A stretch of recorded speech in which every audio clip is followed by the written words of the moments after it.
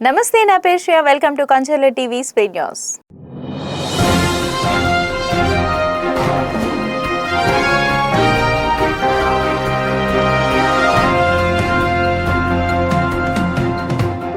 విశాఖపట్నంలోని సీతమ్మధార్లో మాజీ MLA welfare building and estates private limited managing director మల్లా విజయప్రసాద్ నివాసంలో ఎన్ఫోర్స్మెంట్ డైరెక్టరేట్ అధికారులు సోదాలు నిర్వహిస్తున్నారు.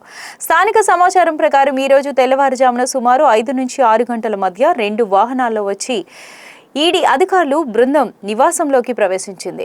సోదాలు కొనసాగుతున్న నేపథ్యంలో ఇంటి గేట్లను మూసివేసి ఆయుధాలతో కేంద్ర భద్రతా సిబ్బందిని మోహరించారు. నివాసం వద్ద కట్టుదిట్టమైన భద్రతా మధ్య అధికారులు తనిఖీలు కొనసాగిస్తున్నారు. అసలు ఈ సోదాలు ఎందుకు జరుగుతున్నాయంటే వెల్ఫేర్ బిల్డింగ్స్ అండ్ ఎస్టేట్స్ సంస్థపై గతంలో ఒడిశా ఎకనామిక్ అఫెన్సెస్ వింగ్ నమోదు చేసిన చిట్ ఫండ్ ఆర్థిక మోసం కేసులే దీనికి ప్రధాన కారణంగా తెలుస్తోంది. 2009 నుంచి 2014 మధ్య కాలంలో అధిక లాభాలతో హామీతో సంస్థ వేలాది మంది పెట్టుబడిదారుల నుంచి డిపాజిట్లు సేకరించి భారీ మొత్తంలో నిధులు సమీకరించి మోసానికి పాల్పడినట్లు ఆరోపణలు నమోదయ్యాయి.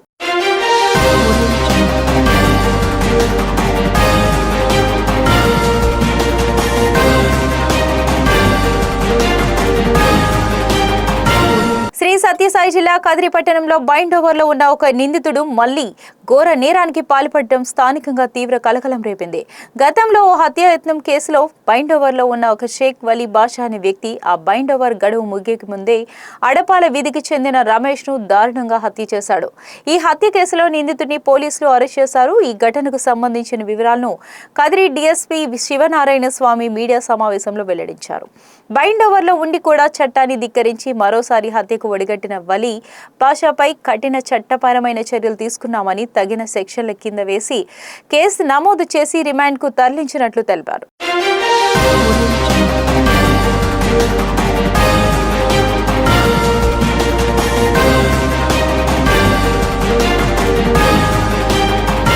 హిందూ దేవతలు హిందూ ధర్మంపై అసభ్య వ్యాఖ్యలు చేస్తున్న వారిపై కఠిన చర్యలు తీసుకోవాలని Andhra Pradesh cyber security DGP Ravishankar Ayyanar కు బీజేపీ నాయకులు ఫిర్యాదు చేశారు.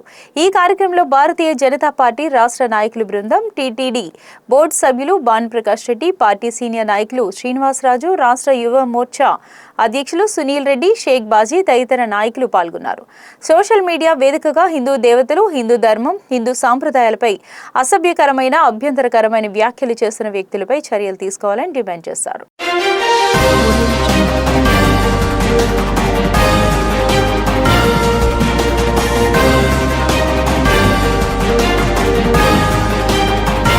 శ్రీ సత్యసాయి జిల్లా పుట్టపర్తి ప్రశాంతి నిలయానికి భారతదేశ రాజధాని ఢిల్లీకి చెందిన సాయి భక్తులు పోటెత్తారు. సత్యసాయి బాబా మహాసమాధి దర్శనార్థం భారీగా తరలి వచ్చిన ఢిల్లీకి చెందిన సాయి భక్తులు సాయి కుల్వంత్ సభా మందిరంలో సత్యసాయి బాబా మహాసమాధిని ప్రత్యేకంగా దర్శించుకున్నారు. ఈ సందర్భంగా ప్రత్యేక సంగీత గాన కచేరీతో రాజధాని భక్తులు అలరించారు. సత్యసాయి బాబాను కీర్తిస్తూ స్వరాంజలి, దిల్ సే దిల్ తక్ పేరుతో నిర్వహించిన గాన కచేరీ భక్తులను పరవశింపజేసింది.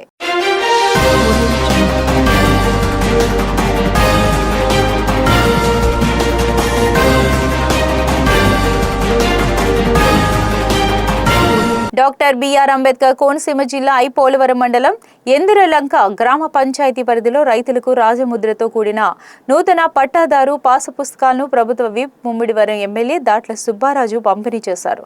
ఈ సందర్భంగా ఎమ్మెల్యే దాట్ల సుబ్బారాజు మాట్లాడుతూ గత ప్రభుత్వ హయాంలో సర్వేరాలు, ప్రభుత్వ కార్యాలయాలు, రంగుల మార్పు, ఉపయోగం లేని పట్టాదారి పాసు పుస్తకాల ముద్రణ పేరిట వేల కోట్ల రూపాయలు ప్రజాధనం వృధా చేశారని విమర్శించారు. కూటమి ప్రభుత్వం అధికారంలోకి వచ్చాక భూములకు సంబంధించిన పొరపాట్లను సరిదిద్ది నూతన పట్టాదారి పాసు పుస్తకాలు అందజేస్తోందని తెలిపారు.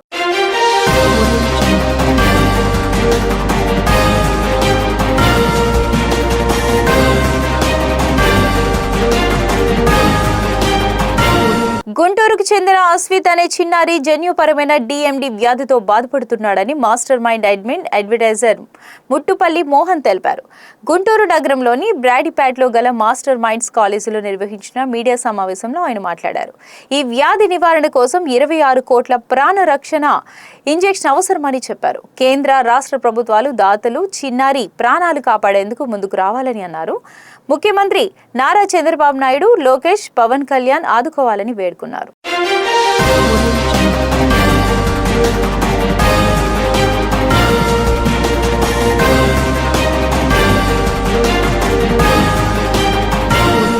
వైద్య సాంకేతిక రంగంలో చోటు చేసుకుంటున్న నూతన ఆవిష్కరణలు రోగులకు గొప్ప ఊరటనిస్తున్నాయని సికింద్రాబాద్ యశోద ఆసుపత్రి సీనియర్ రేడియాలజీ నిపుణులు డాక్టర్ సంకేత్ కులకర్ణి పేర్కొన్నారు. ఈ అత్యాధునిక చికిత్సా పద్ధతులపై గుంటూరులో నిర్వహించిన మీడియా సమావేశంలో డాక్టర్ సంకేత్ కులకర్ణి వివరాలు వెల్లడించారు. గతంలో క్లిష్టమైన శస్త్రచికిత్సల ద్వారా మాత్రమే సాధ్యమయ్యే అనేక తీవ్రమైన వ్యాధులకు ఇప్పుడు శరీర కోతలు లేకుండా కేవలం ఒక చిన్న సూది రంధ్రం ద్వారా చికిత్స అందించే ఇంటర్నేషనల్ రేడియాలజీ విధానం అందుబాటులోకి వచ్చిందని అన్నారు.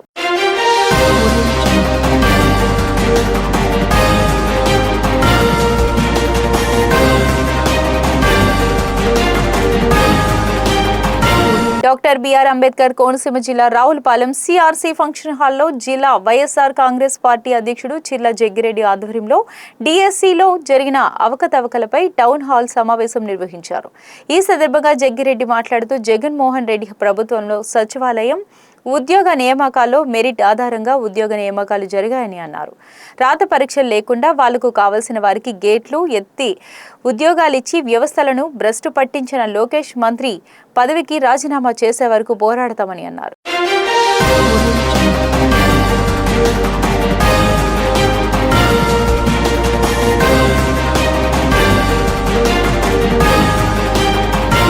విశాఖపట్నంలో రాష్ట్ర విద్య, ఐటీ, ఎలక్ట్రానిక్స్ శాఖల మంత్రి నారా లోకేష్ పర్యటించారు. ఉదయం ఆరిలోవాలో Bharat star shuttler PV Sindhu academy నిర్మాణ పనులకు శంకుస్థాపన చేసి రాష్ట్రంలో క్రీడా మౌలిక వసతులను బలోపేతం చేయడం ప్రభుత్వ లక్ష్యమని తెలిపారు. అనంతరం ఇసుకతోట జంక్షన్లో లాన్సమ్ స్క్వేర్ భవనంలో ఐబీఎం ఫ్యూచర్ నౌ సెంటర్ను ప్రారంభించారు. ఈ కేంద్రం ద్వారా యువతకు ఆధునిక సాంకేతిక నైపుణ్యాలు, కృత్రిమ మేధస్సు, డిజిటల్ టెక్నాలజీపై శిక్షణ అందించనున్నట్లు తెలిపారు. సాయంత్రం అమరావతిలో జరిగిన అమృత యూనివర్సిటీ స్నాతకోత్సవంలో మంత్రి నారా లోకేష్ పాల్గొన్నారు.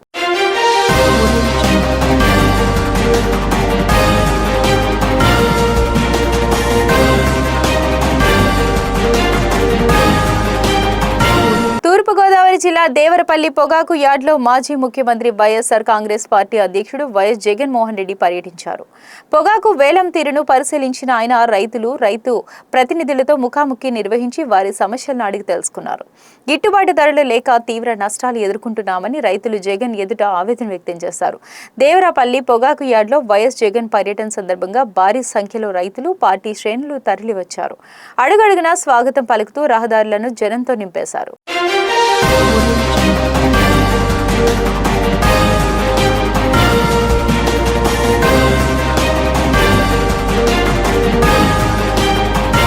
ఇది ఇవాల్టి స్పెయిన్ న్యూస్ అప్డేట్స్. మరిన్ని అప్డేట్స్ కోసం చూస్తూనే ఉండండి కంచెల టీవీ.